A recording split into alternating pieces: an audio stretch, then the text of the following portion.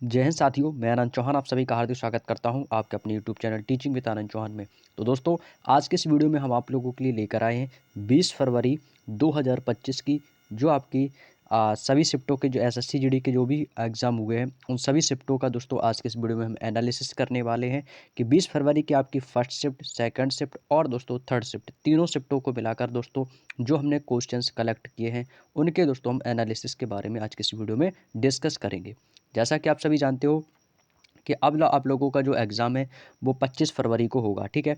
तो हम आपको 20 फरवरी के आपकी शिफ्ट का एनालिसिस करा रहे हैं और इसके बाद मैं आपको नेक्स्ट वीडियो 21 फरवरी का ला दूंगा, ठीक है। तो अब जिनका भी दोस्तों एग्ज़ाम 25 फरवरी को है तो प्लीज़ दोस्तों इन वीडियो को देख लेना, आपको एग्ज़ाम में दोस्तों बहुत हेल्प मिल जाएगी, ठीक है। तो वीडियो को शुरू से लेकर कंप्लीट जरूर वॉच कीजिएगा। अब जिनका भी दोस्तों लास्ट समय में एग्ज़ाम है यानी कि 25 तारीख को, तो प्लीज़ दोस्तों अपनी मेहनत को बाकी के जो बचे ये समय आपके पास हैं 2-3 दिन, इनको अच्छे से कर लेना। सारी चीज़ें आप लोगों को क्लियर कर लेनी है। जो भी मैं आज इस वीडियो में बताने वाला हूँ सब कुछ पढ़ लेना भाई, एग्ज़ाम में आपको यहाँ से बहुत सारे क्वेश्चंस देखने को ज़रूर मिलेंगे, ठीक है भाई। तो चलिएगा दोस्तों, यहाँ पर मैं बिना समय वेस्ट के अपने सेशन को स्टार्ट करता हूँ कि देखते हैं कौन कौन से क्वेश्चन आपके एग्ज़ाम में आए हुए हैं और कौन कौन से क्वेश्चन रिपीटेड भी पूछे गए हैं।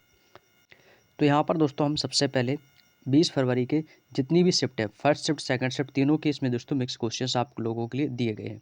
तो दोस्तों देखिएगा पहला क्वेश्चन आपसे क्या पूछा गया था। तो दोस्तों पहला क्वेश्चन आया था कि कोणार्क नृत्य उत्सव भारत के किस राज्य में मनाया जाता है। तो आप सभी जानते हो कि कोणार्क का एक सूर्य मंदिर भी है, कोणार्क का एक सूर्य मंदिर भी है। और ये सूर्य मंदिर कहाँ पर है? कोणार्क का सूर्य मंदिर सभी को पता है भाई, सभी को पता है उड़ीसा में, मैंने आपको बताया भी था, ठीक है।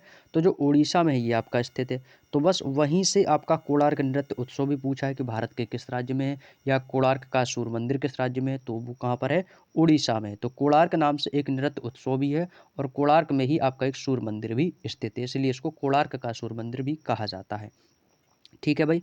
चलिएगा यहाँ पर दोस्तों एक क्वेश्चन जो है मिसप्रिंट हुआ है, मुख्य चुनाव आयुक्त 6 वर्ष 65 वर्ष, ये क्वेश्चन भी पूरा यहाँ पर मैं नहीं लिख पाया था, ये थोड़ा सा यहाँ पर क्या है आपका मिसप्रिंट है।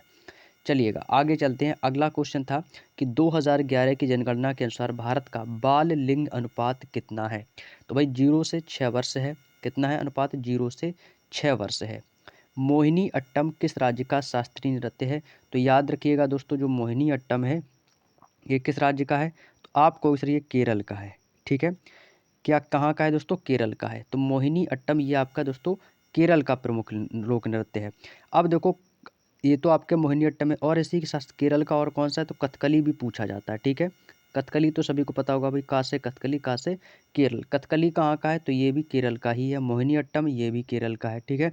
ये भी आप लोगों के लिए बहुत ही इंपॉर्टेंट है, इनको भी दोस्तों याद रखिएगा। ये अक्सर एग्जाम में पूछता है, कथकली पूछता है और मोहिनीअट्टम पूछता है। अब कुछ लोग तो कंफ्यूज हो जाते हैं कत्थक में, तो भाई कत्थक कहाँ का है? ये दोस्तों पूछा भी जा चुका है। तो ये कत्थक दोस्तों ये आपका उत्तर प्रदेश का है। अब कुछ लोग कहाँ से कत्थक और कथकली सेम वॉइस आ रही है ना, तो इसको भी केरल कर देते हैं कुछ लोग, मैंने देखा अक्सर लोग एग्जाम में गलती यहाँ पर भी कर देते हैं। तो याद रखिएगा कत्थक आपका उत्तर प्रदेश का है, ना कि केरल का। केरल का कथकली होगा, कत्थक उत्तर प्रदेश का होगा, इसमें आप लोगों को कन्फ्यूज नहीं होना है। आगे चलते हैं। अगला क्वेश्चन था आपका कि दादा साहेब फाल्के पुरस्कार 2024 में किसे प्रदान किया गया था। तो दोस्तों ये दिया गया था मिथुन चक्रवर्ती को। किसे दिया गया था? अभिनेता मिथुन को। और भाई देखो दादा साहब जो फाल्के पुरस्कार है ये किस क्षेत्र में दिया जाता है? तो आप सभी जानते हो ये फिल्म क्षेत्र में दिया जाता है। किस क्षेत्र में दिया जाता है? फिल्म क्षेत्र में दिया जाता है।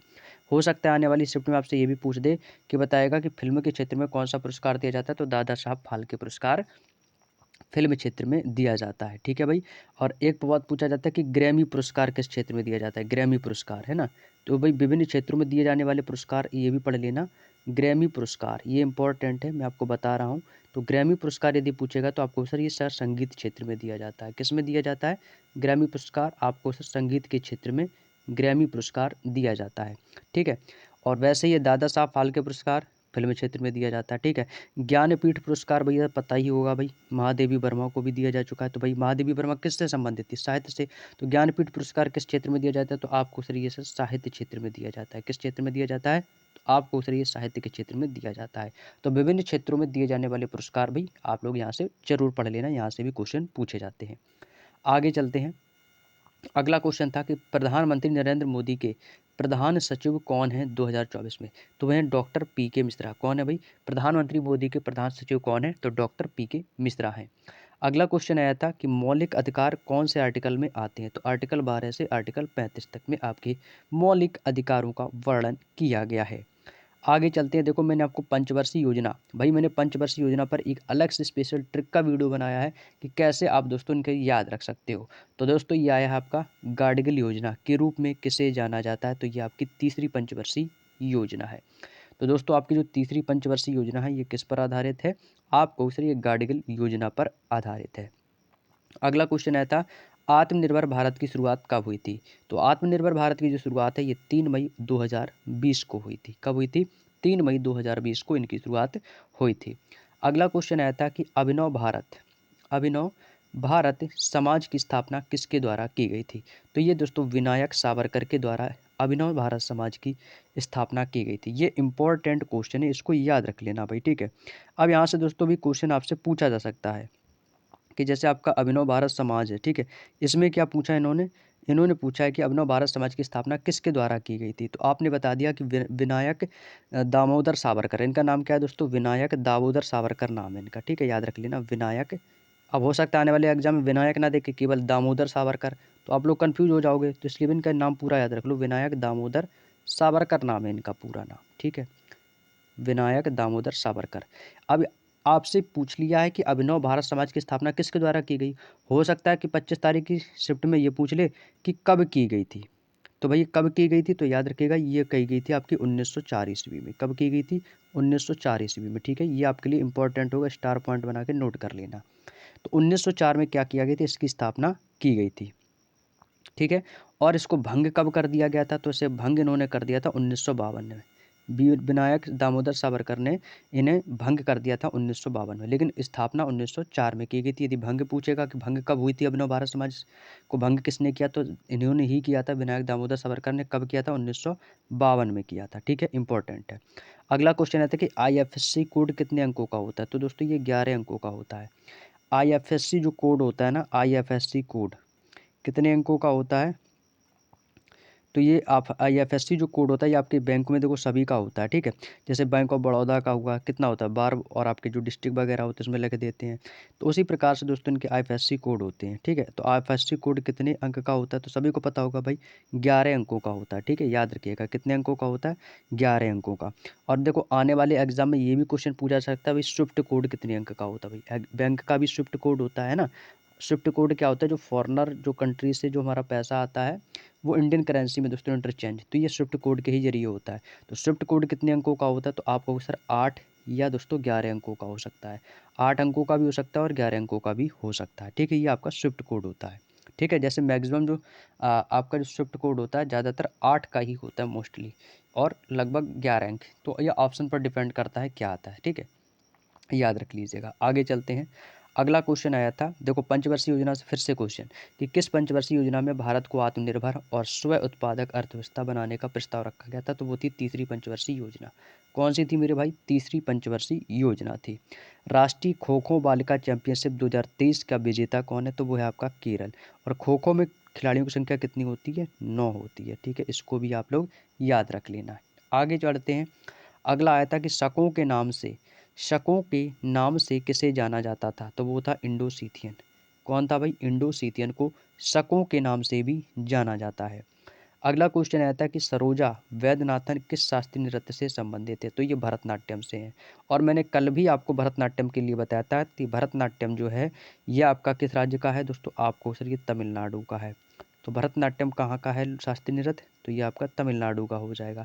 इंपॉर्टेंट है, ये सारी चीज़ें याद रखो, ठीक है। अब जैसे आपको बताना है कुचिपुड़ी, भाई कुचिपुड़ी भी बहुत आता है एग्जाम में भैया। कुचिपुड़ी कहाँ का था भाई? कुचिपुड़ी अंधेरे में खाई ट्रिक से याद रखो, आंध्र प्रदेश, ठीक है भाई। कहाँ पर था? आंध्र प्रदेश में। कुचिपुड़ी कहाँ का है भाई? आंध्र प्रदेश का है, ठीक है। सत्रिया भी मैंने बताया था, सत्रिया कहाँ का? ये तो एग्जाम में आ भी चुका है। सत्रिया आपका कहाँ का भाई? असम का है, ठीक है। बोहांग व्यू ये भी आपका असम का हो जाएगा, ठीक है। इन चीज़ों को याद रख लीजिएगा, ठीक है। आगे चलें भाई। अगला क्वेश्चन आया था कि सिंधु नदी के माध्यम से भारत में प्रवेश करती है, तो सिंधु नदी के माध्यम से भारत में प्रवेश करती है लेह, ठीक है। आगे चलते हैं। अगला क्वेश्चन देखो भाई, जो मैंने अभी आपको पिछली जो शिफ्टों में क्वेश्चन पूछे गए उनमें मैंने बताया था नाटू नाटू संगीतकार, नाटू नाटू जो फिल्म है वो कौन किस फिल्म का है ये दोस्तों, तो आपको सर ये RRR मूवी का है ना, नाटू नाटू सॉन्ग ये RRR मूवी का है। ठीक है, अब इसमें हमसे पूछा क्या गया है, गीत के संगीतकार कौन है, सिंगर कौन है, तो वो है M कीरावनी। कौन है भाई, M कीरावनी, ये नाटू नाटू गीत के संगीतकार हैं। ठीक है, भारतीय संविधान में कितने मौलिक कर्तव्यों का प्रावधान है, तो ये सभी को पता है 11। कितने अभी मौलिक कर्तव्य, 11 मौलिक कर्तव्यों का प्रावधान किया गया है। अगला क्वेश्चन आता है कि भारत में सबसे कम साक्षरता वाला जिला, तो वो दोस्तों मध्य प्रदेश का है अलीराजपुर। मध्य प्रदेश के अलीराजपुर जो जिला है वहाँ के लोग दोस्तों सबसे कम साक्षरता वाले जिले के अंतर्गत आते हैं। अगला क्वेश्चन था कि भारत में छोटे उद्योगों को से संबंधित मंत्रालय कौन सा है, तो उसको कहते हैं सूक्ष्म लघु और मध्यम उद्यम मंत्रालय, MSME। क्या बोलते हैं, MSME। नेक्स्ट क्वेश्चन था कि भारत की 5वीं पंचवर्षीय योजना किस पर आधारित थी, तो वो थी आपके गरीबी उन्मूलन और आत्मनिर्भरता पर। जो गरीबी और उन्मूलन और आत्मनिर्भरता पर कौन सी पंचवर्षीय योजना थी, तो आपको सर ये 5वीं पंचवर्षीय योजना आधारित थी। ठीक है, अगला क्वेश्चन आया था कि ओलंपिक में बैडमिंटन की प्रतियोगिताएं कितनी तरह की होती हैं, तो ओलंपिक बैडमिंटन की जो प्रतियोगिता होती हैं वो आपके 5 तरह की होती हैं। ठीक है, ओलंपिक में कितने छल्ले बने होते हैं, तो ओलंपिक में आपको सर इस प्रकार से 5 छल्ले बने होते हैं। कितने छल्ले बने होते हैं, 5 छल्ले, ये ओलंपिक का होता है। और ये पांचों छल्ले जो हैं ये 5 रंग के होते हैं, जो कि पांचों महासागरों के बारे में बताते हैं। ये तो पता ही होगा आप लोगों को। भारत के संसद के निचले सदन, भाई निचले सदन का मतलब क्या होता है, इसी को हम निम्न सदन भी कहते हैं। क्या कहते हैं, निम्न सदन भी इसी को कहते हैं, निचला सदन। निम्न सदन को क्या कहा जाता है, तो इसको लोकसभा कहा जाता है। ठीक है, भारत की जो संसद है ना, संसद, अब देखो एक होती है लोकसभा, है ना, और एक होती है आपकी राज्यसभा। ठीक है, तो भारत संसद के निचले सदन को क्या कहा जाता है, तो निचला जो संसद है, निचला जो सदन है उसको लोकसभा कहते हैं, और राज्यसभा जो होती है हमारे उच्च सदन में आ जाती है। ठीक है, और भारतीय संविधान का आर्टिकल कौन सा है, आर्टिकल यदि पूछेगा तो आर्टिकल क्या बताएंगे आप लोग, आर्टिकल 79। भारतीय संविधान के 79 में किसका प्रावधान है, लोकसभा और लोकसभा संसद के निचले सदन का प्रावधान आर्टिकल 79 में मिलता है। तो ये इंपॉर्टेंट है आर्टिकल 79, इसको याद रख लेना भाई। ठीक है, और संसद का निचला सदन तो पता ही है भाई क्या कहते हैं उसको, उसको कहते हैं लोकसभा, और संसद का उच्च सदन वो होती है हमारी राज्यसभा। ठीक है, याद हो गया ना।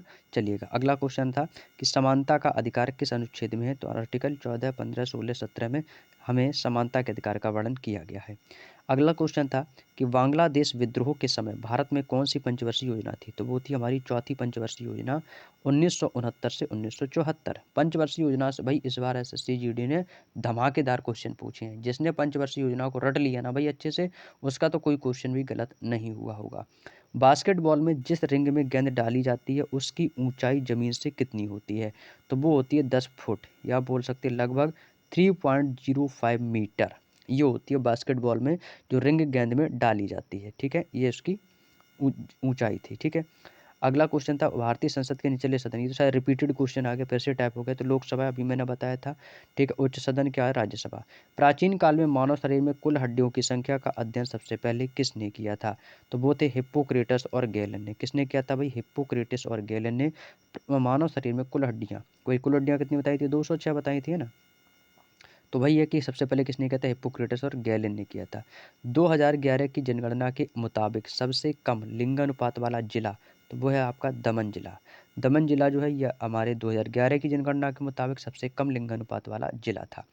पंचवर्षीय योजना का उद्देश्य क्या है, तो भाई ये तो भाई रिपीटेड क्वेश्चन है, मैंने आपको पिछली बार उसमें बताया भी था सॉल्यूशन में कि देश के आर्थिक और सामाजिक विकास को बढ़ाना। ये रिपीटेड क्वेश्चन है, बस तरीका आपको पता होना चाहिए कि एग्जामिनर यहाँ पर बस चीज़ों को थोड़ा सा लैंग्वेज में घुमा के पूछा, जबकि ये क्वेश्चन आपके SSC GD के एग्जाम में अभी जो शिफ्टें हुई हैं पिछली शिफ्टें उनमें ये क्वेश्चन आ भी चुका है। उसमें था वृद्धि को बढ़ाना, वृद्धि को बढ़ाना ऐसा ही था, उसमें शॉर्ट था, लेकिन इसमें आपका थोड़ा सा पूछ दिया कि उद्देश्य क्या है, तो वह देश के आर्थिक और सामाजिक विकास को बढ़ावा देना या विकास को बढ़ाना। ठीक है, 2024 में ये देखो फिर से रिपीटेड हो गया आपका, दादा साहब फाल्के पुरस्कार मिथुन चक्रवर्ती को दिया गया है, और ये फिल्म क्षेत्र में दिया जाता है। रिपीटेड क्वेश्चन था भाई। ठीक है, तो दोस्तों बस यही क्वेश्चन थे हमारे 20 फरवरी के, जो मुझे क्वेश्चन मिल पाए थे तो वो हमने आपसे शेयर कर लिया है भाई। ठीक है, और यदि आप इसका जो PDF चाहते हैं तो PDF के लिए आपको हमारे टेलीग्राम का लिंक डिस्क्रिप्शन में मैंने दे रखा है, तो प्लीज़ टेलीग्राम को ज्वाइन ज़रूर कर लेना, ठीक है।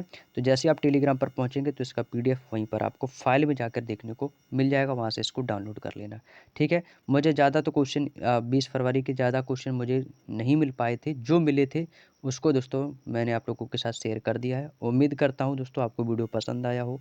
तो वीडियो पसंद आया हो तो प्लीज़ दोस्तों वीडियो को एक लाइक ज़रूर कर देना, क्योंकि आप लोगों के लिए जो मैं वीडियो बनाता हूँ बहुत ही मेहनत और लगन से बनाता हूँ। और आप सभी जानते हो कि जब भी वीडियो मैं बनाता हूँ ना, तो हमेशा आपको कुछ ना कुछ चीज़ें ज़रूर सिखाता हूँ, कुछ ना कुछ अच्छी चीज़ें आपको ज़रूर यहाँ से देखने को मिलती हैं और आपके लिए वो बहुत ही इंपॉर्टेंट रहती हैं।